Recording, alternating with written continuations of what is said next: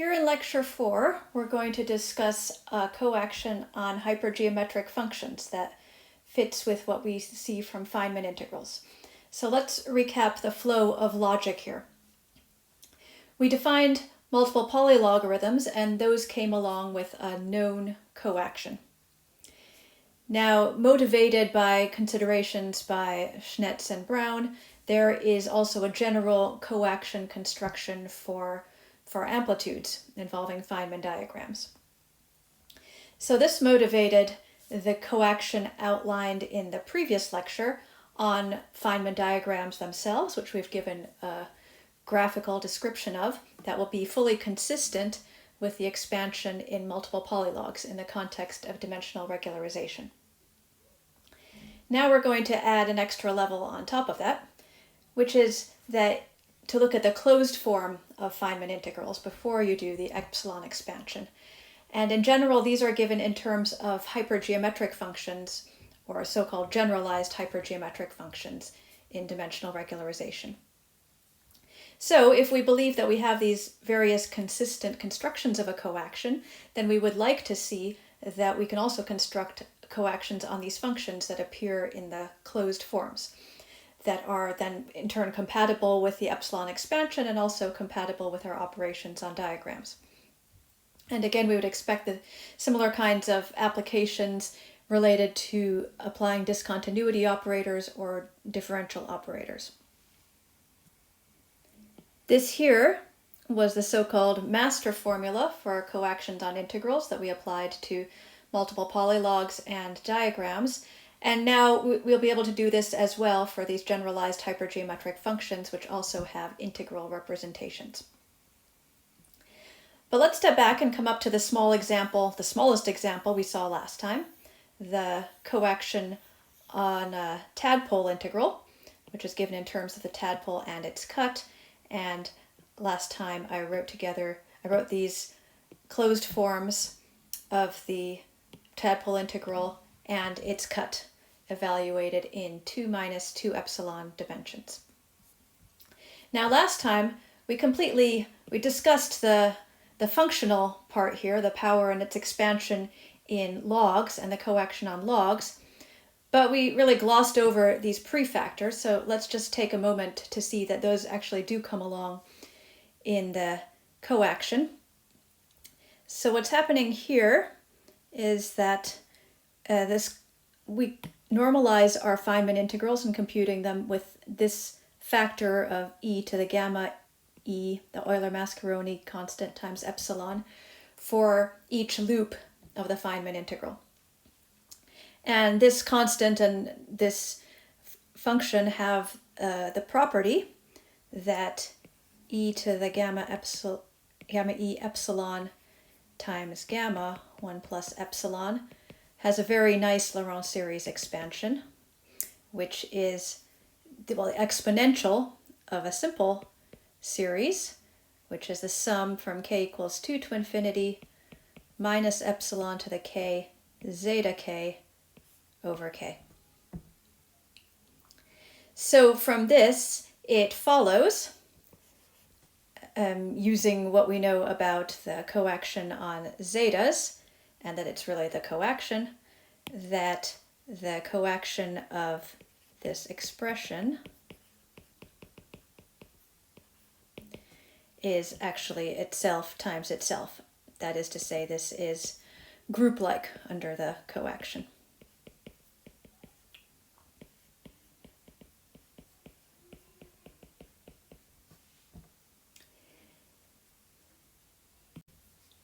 That's nearly enough information to verify this coaction formula with all the prefactors included.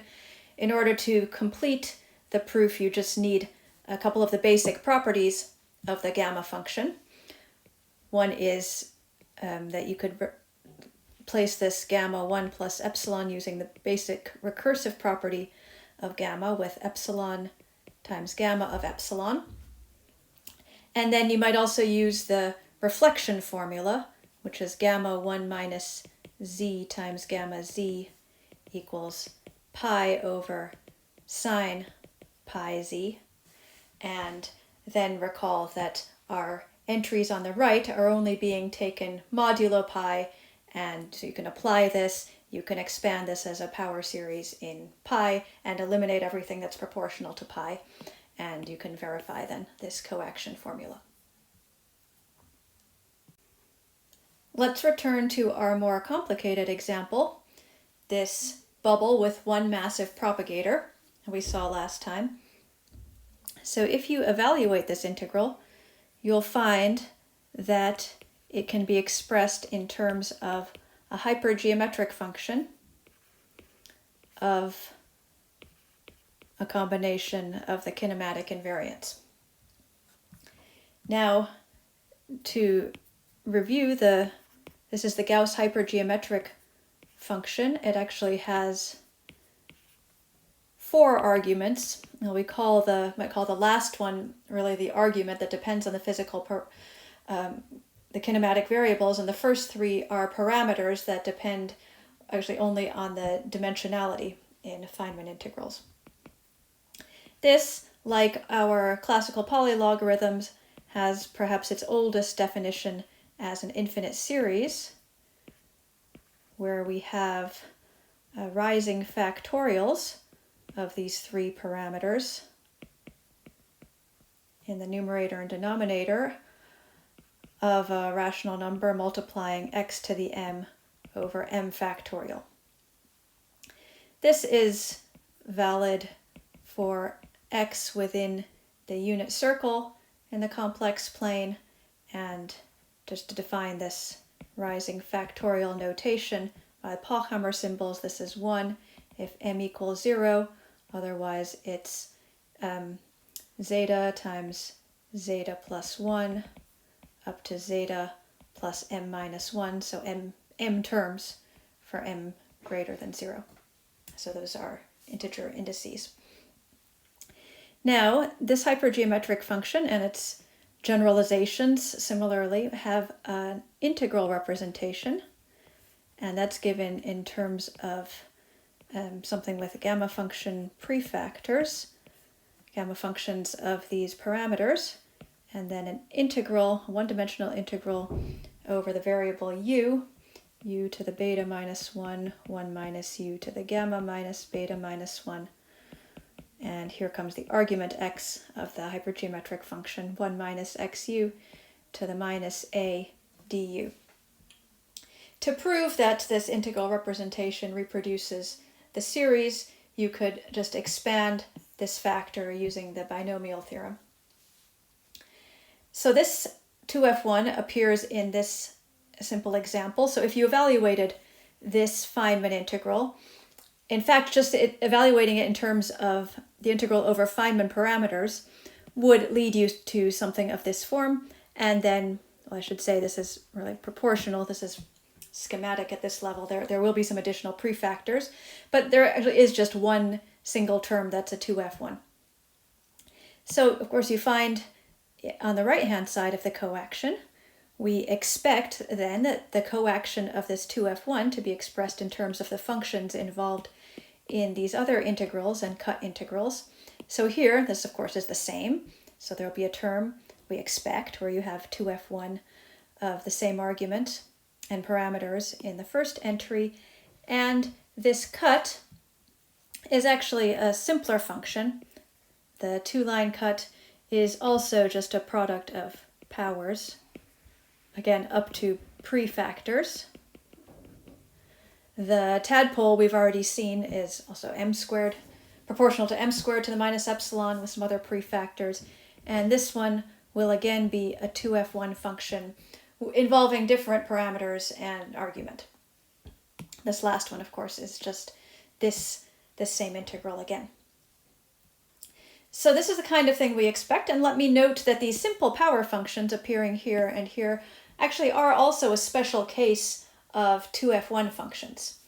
So it is possible, and this is the kind of formula we'll derive, where a coaction of 2f1 can be expressed in terms of, again, 2f1s both on the left and the right of the tensor product. So we have an integral representation here, and recall we are aiming for this kind of structure. So we have an integrand and an integration contour. And now we want to imagine how we can expand this integral, how we can form a related set of integrands and a related set of integration contours to expand this in a way to capture whatever the coaction would have to be. And we require it, first of all, any putative coaction formula should agree with its expansion in multiple polylogs wherever that exists. For example, in the concrete case of this Feynman integral. So let's just think about what we could have here given a Feynman integral. So you'd have specific values of the exponents that are functions of the dimension. So they depend on epsilon. And what else could we have? Well, we can imagine varying them by integers guided by the intuition from integration by parts relations and thinking about the way that differential operators act on the coaction. We know they can act on the integrand in a way that's very compatible with the structure of the coaction, so we would expect to see those other representatives. So we would expect to be able to shift these exponents by integers. And if we know a little bit more about 2f1s, we also know that they are solutions of what's called the hypergeometric differential equation, which is a second order differential equation.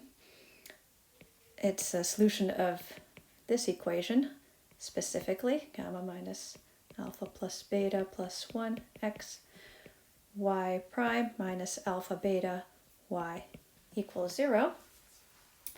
So this is one solution, but the second order differential equation has two solutions. There's another linearly independent function that also solves it, and that's the kind of function we would expect to arise as a partner appearing in the coaction with a different choice of integrand. Now, another thing we want to be able to do is to be able to vary the contour in a complementary way. And so here we notice that in this Euler integral representation, we are integrating between singular points of the integrand. Because of the epsilon dependence in the coefficient, this is generically a multi-valued function here, and so it does have singularities wherever any of the arguments of these functions go to 0, notably at 0, 1, also infinity, and also here at 1 over x. So those are natural ways to change the contour. Imagine instead of integrating between 0 and 1, to integrate between any other pairs of those singular points. And it turns out as well that any two independent choice of those base points are enough to span the whole space that you would get by choosing any other pair. So there are only two linearly independent choices, analogously to the fact that if you allow for integer shifts, there are only two linearly independent functions that you could get in the integral, which correspond to the two-dimensional space of solutions to this differential equation. So let's just focus on this actual integral part of the 2f1. Let's set aside these gamma function prefactors, because from our considerations above and knowing that Feynman integrals are going to come along with this corresponding compensating factor, we know how to deal with a coaction of those factors. So let's focus just on the coaction of this type of integral.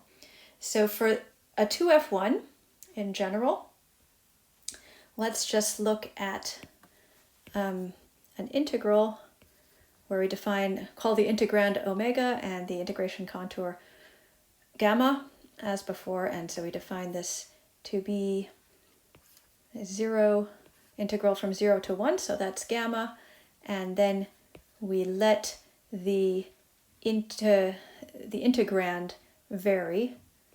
So very properly I might put arguments in omega to show that we're choosing different omegas, and I'm going to identify for each of these factors the integer part of the exponent and a part that would be proportional to epsilon. And so these a's are not necessarily integers, they could be any complex numbers. Although you find for Feynman integrals you will get at least rational numbers in front of epsilon. But that doesn't change what we're going to do next. Okay, next we actually want to then separate the single valued part of this integrand, the part with integer exponents, because we'll let those vary. And this part, say for a given Feynman integral that you might have in mind, these a coefficients are just constants, so those are not varying. So let's separate this a little further, and we call the two parts capital phi and small phi, where small phi is the single valued part, and we bring the differential along here as well. And capital phi is a multi-valued function.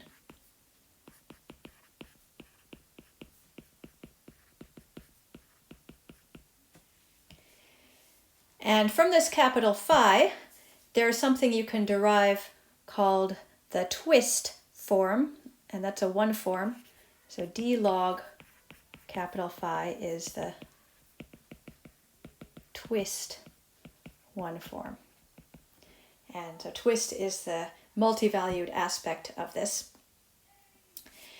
And so if we put this back in our integral, capital phi times small phi, we see that as we vary the exponents in small phi and leave capital phi the same,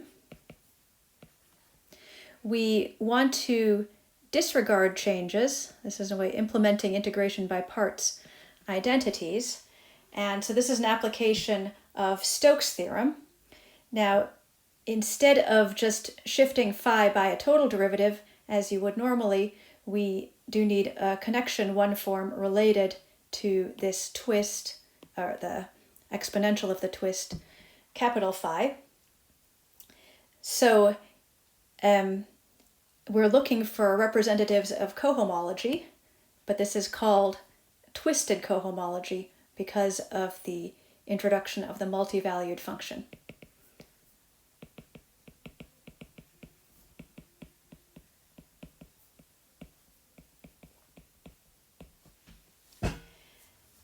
And likewise, although we're not going to see it quite as explicitly, the contours, and if you choose different contours and integrate up to the singular points, you could imagine, you could call those representatives of a homology class. And again, because of the presence of this function, which introduces the singularity so that you're integrating between singular points, these gammas are representatives of a twisted homology. So we can select generators of the twisted cohomology and the twisted homology to try to put into our master formula here. But what's going to make it work to be a valid coaction is, of course, that the choices of omega and gamma here have to be linked. And they need to be linked in this very specific way, which is that if you take the integral of one of your generators of twisted cohomology and integrate over one of the generators of the twisted homology, that this should be delta ij, really the identity matrix plus terms of order epsilon. And now this is assuming that we have this kind of construction. So we're showing it here concretely for 2f1, but in general we'll have some polynomials raised to powers, which are integers plus something times epsilon. Given this kind of construction, it is natural to see that the epsilon expansion will be of uniform transcendental weight, and so also these higher order terms will also have higher transcendental weight in their coefficients proportional to epsilon. So what we're looking for is looking for the leading constant terms, and we want them to be normalized to be of total weight 0. And we look for the pairing of omegas and gammas that's going to give us exactly this identity matrix appearing at constant order. So there's a fairly systematic way to do this. I can show how it works in 2F1, and then depending on how you generalize hypergeometric functions, it's either straightforward or less straightforward. But here, so let's choose our two contours first. So a natural choice is to start with the one we've got, where we integrate from 0 to 1. Let's call that gamma 0. We're choosing this. It's not given. Let's say that gamma 1 is the contour we've got originally from 0 to 1, and gamma 2 is a contour from 0 to 1 over x. Now, these don't have to be along the real line. You can equivalently choose any contour in the complex plane that just goes between these two endpoints. Now, we would like to select some omegas that are going to give us that identity matrix when integrated against these two contours. So really, remember, capital phi is fixed and we're choosing small phi. So we're going to choose a small phi sub 1 and a small phi sub 2 that give us the required behavior.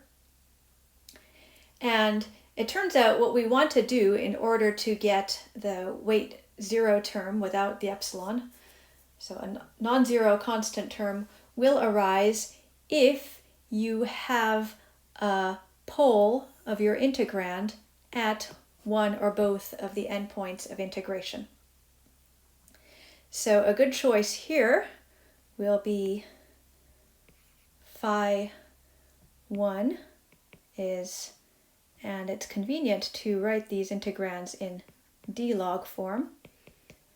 So you can write d log of just one of these factors. And so this is going to have a pole at u equals 1. This is, of course, concretely minus du over 1 minus u. And for phi 2, let's choose something with only a singularity at this point 1 over x. So right, d log 1 minus xu will do that for us. And this is explicitly minus x du over 1 minus ux.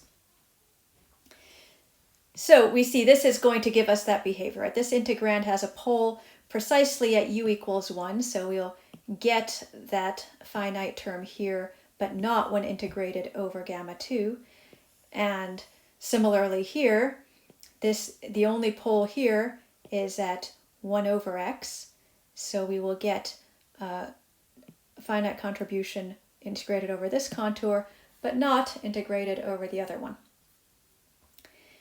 Now, to actually get the full identity matrix, I do have to insert a bit of normalization because we want those integrals to begin with exactly 1. So let me make a bit of room here and insert the factors minus a1 epsilon here and minus ax epsilon here. And then I do have the property I was looking for, that integral over gamma j capital phi small phi I is delta ij plus higher orders in epsilon, which are the transcendental part. So then I can apply the master formula to write down the predicted coaction. We insert these pairs, these factors phi into the first entry. So that means we'll have very specific arguments here in the first entry of the coaction. And in the second entry, we have the original integrand, but now we're integrating up to 1 over x instead of 1. So the result looks as follows. Coaction of a 2f1 in terms of arguments alpha, beta, gamma, x is, it has two terms, right? Because our basis has two elements.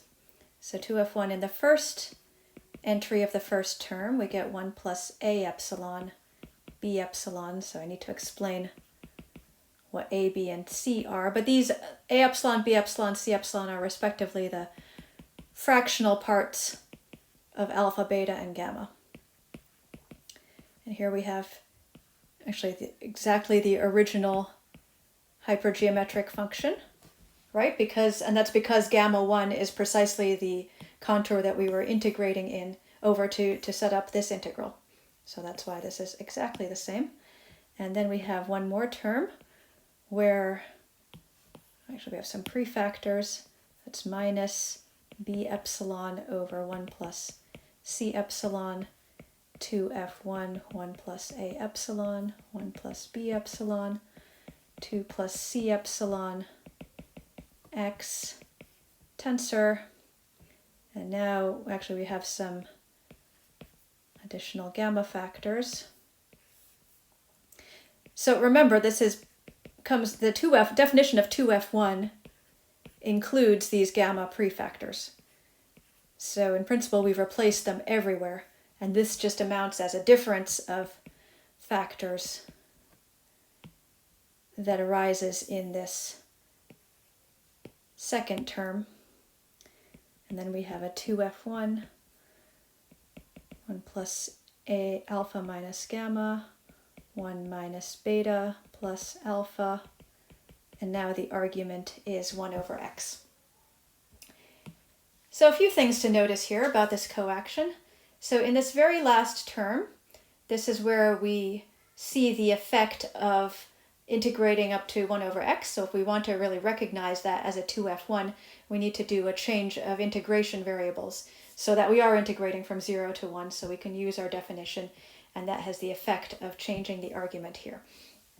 Again, this comes from the prefactors. Yes, let's write this out. About alpha is some integer plus a fractional part proportional to epsilon. Same with beta and b epsilon, and gamma and c epsilon. So it is important that these parameters here are expanded around integers. That's the only case in which we claim that this is valid. So if you're thinking ahead, say, to the types of hypergeometric functions that arise in elliptic Feynman integrals, those will not be expanded around integer values, and then we have to think a little bit harder because the mathematics changes. What else do we see? So we see in the first entries here, that's where, right, we're using these very specific integrands. So that means that these integers here and these exponents are all 0 or -1, and -1 specifically where they're picking up the pole. So there are no extra integer parts, so that's why we only see the fractional parts arising in the first entry. And what else? This factor also comes from the change of variables.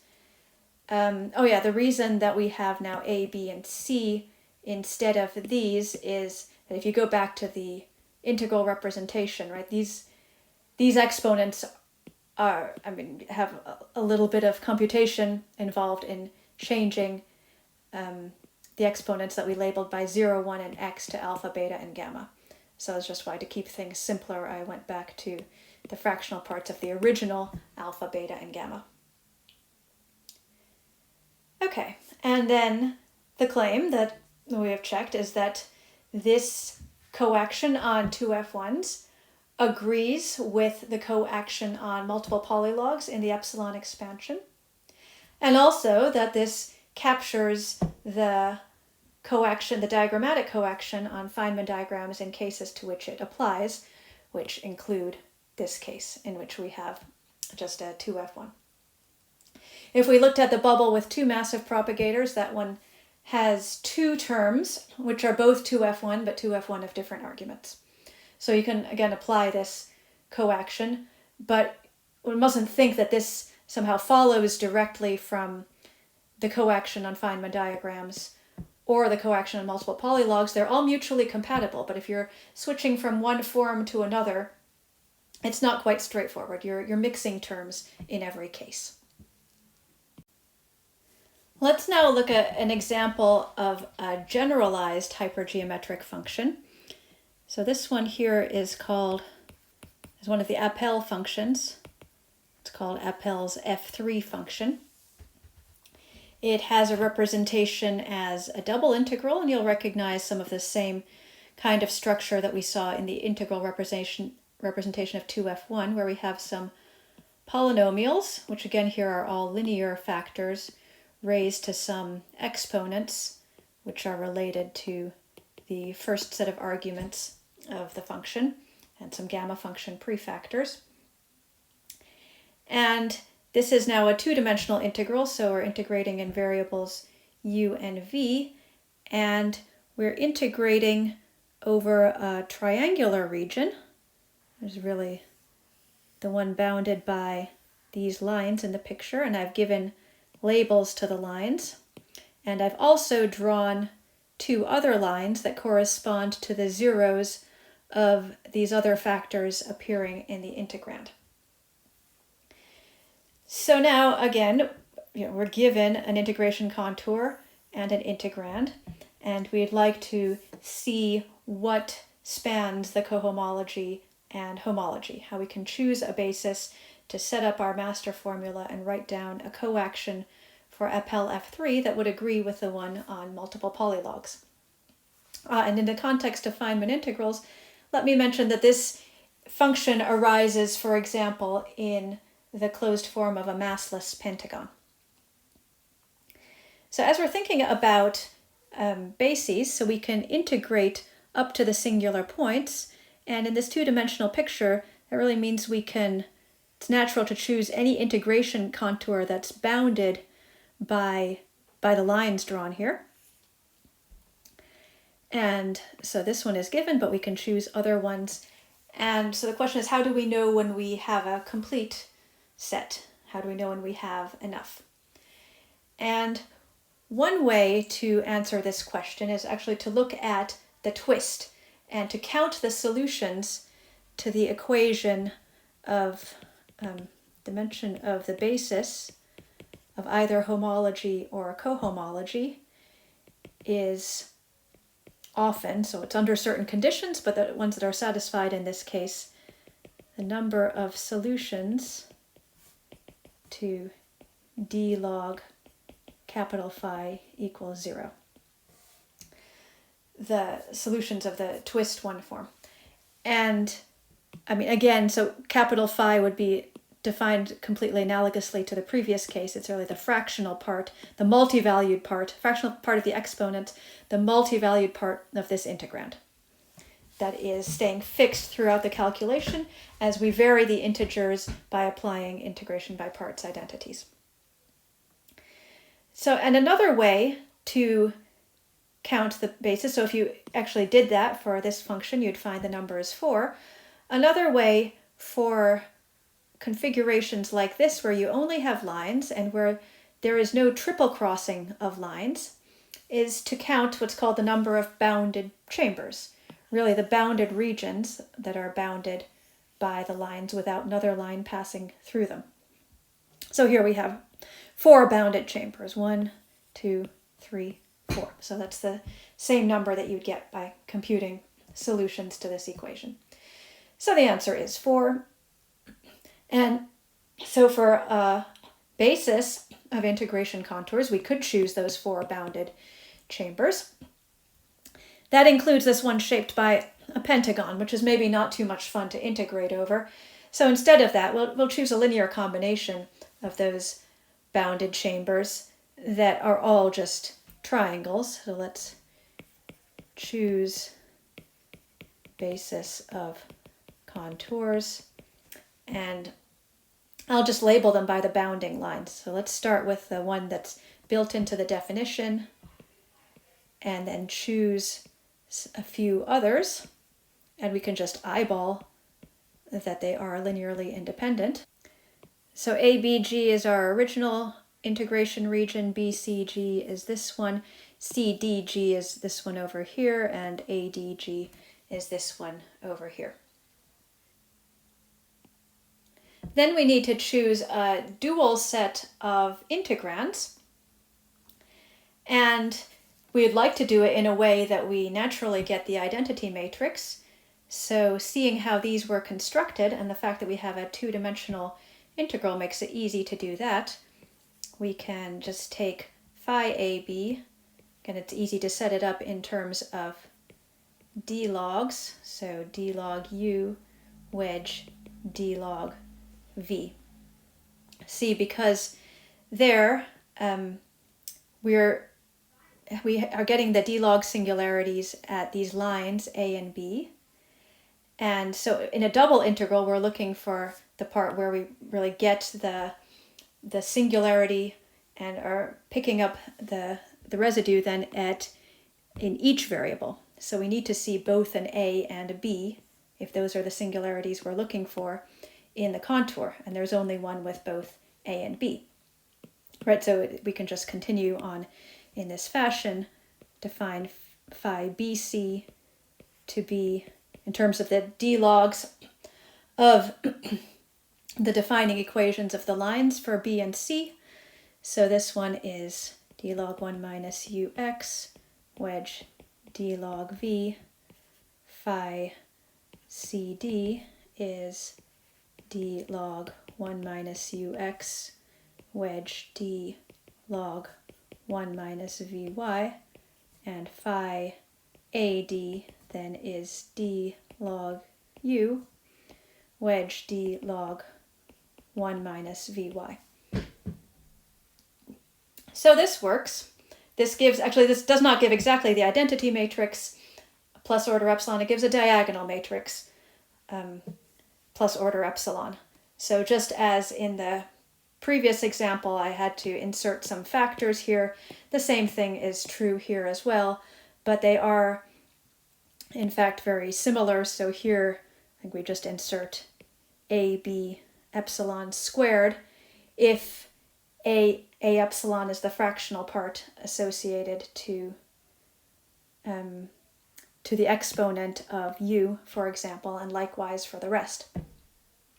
So with that normalization, we can come up with a coaction formula for Appel F3, which we would write in this form.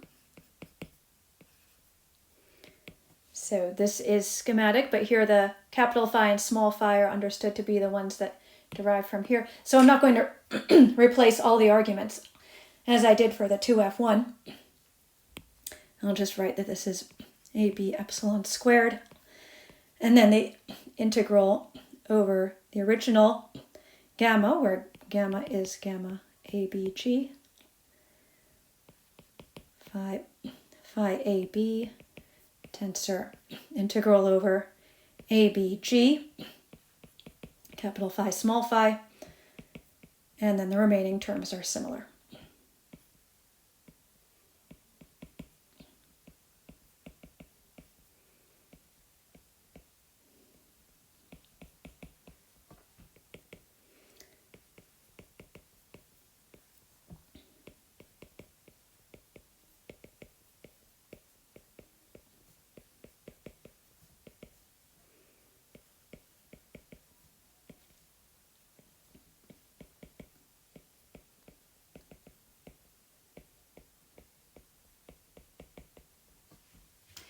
And it is possible, if you wish,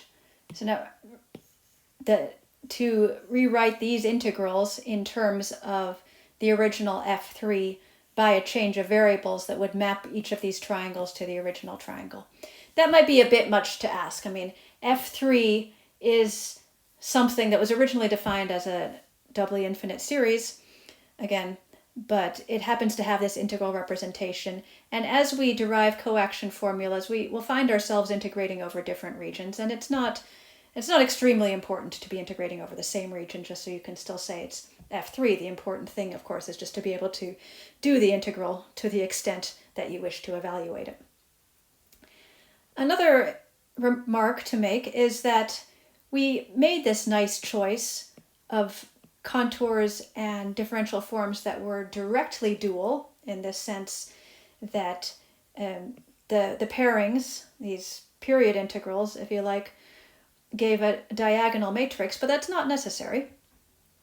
If you wish, you could just choose any basis of contours that's convenient, any basis of differential forms that's convenient, that fits in the same integral family, and just take all their pairings given by the integral, and then if you get some arbitrary matrix, then simply diagonalize that matrix at leading order. And you can diagonalize it, you can change the differential forms or the contours or both, and then you'll still arrive at a coaction formula as long as you've identified a sensible basis. So let me close with some remarks on what we've done and where this is going. So to note, we've been studying these. To construct the coaction, we wanted to find that matrix of the leading entries, leading terms, the non-transcendental terms of the integrals,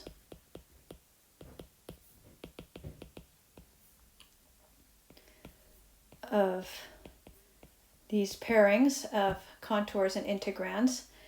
And we've just been pulling our preferred bases out of thin air, or based on some nice pictures that are very suggestive, which it's easy to construct.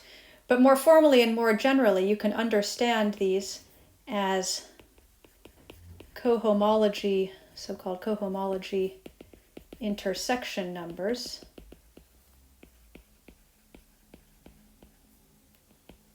Now, I said these omegas are elements of cohomology, these are elements of homology.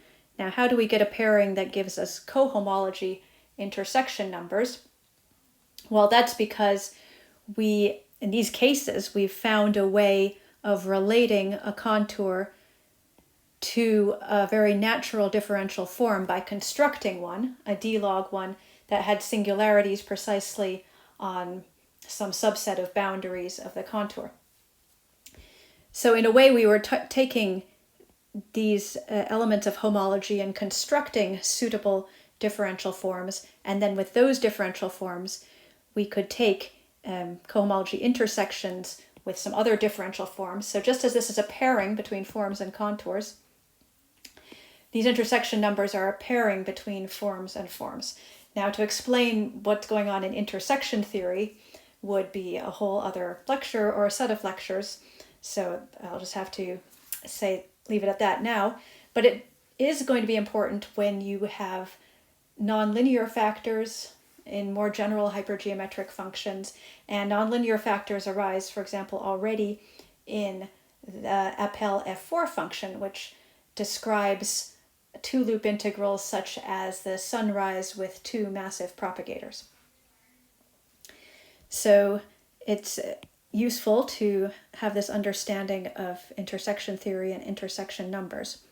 Then what's also very useful once you have that understanding is to have ways to compute these intersection numbers. And there are a few ways that this can be done that are all related to taking residues. And this is thanks to work of Misera. It shows some very nice formulas of which make it formal, the fact that we were just all this stuff about talking about overlapping singularities, that's where you pick up the result of the integral.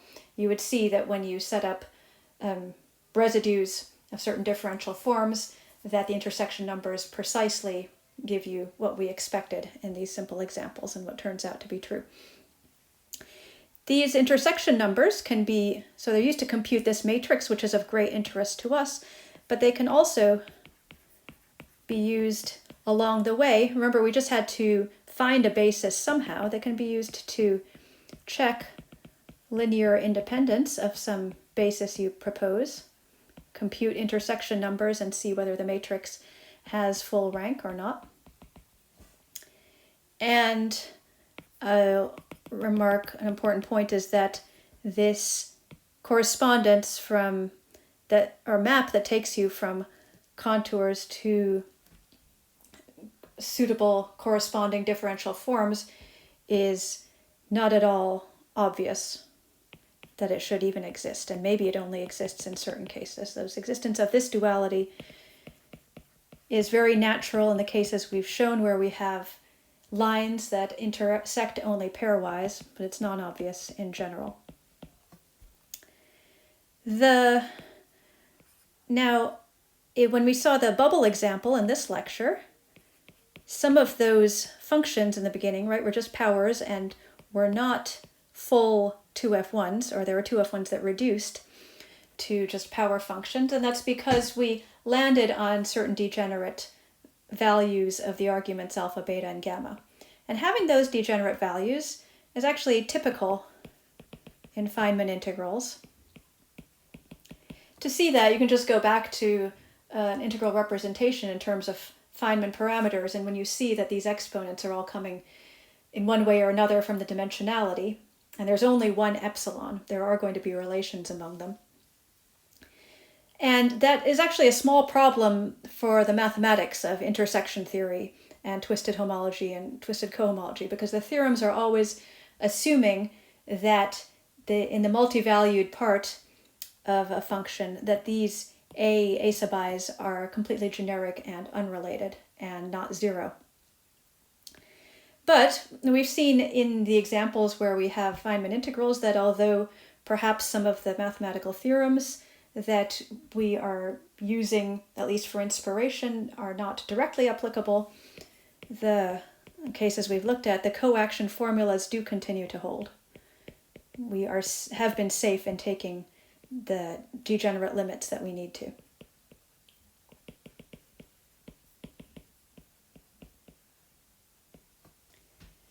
So these lectures in total have been an invitation to you to consider the coaction as an algebraic operation in the context of the physics of Feynman integrals.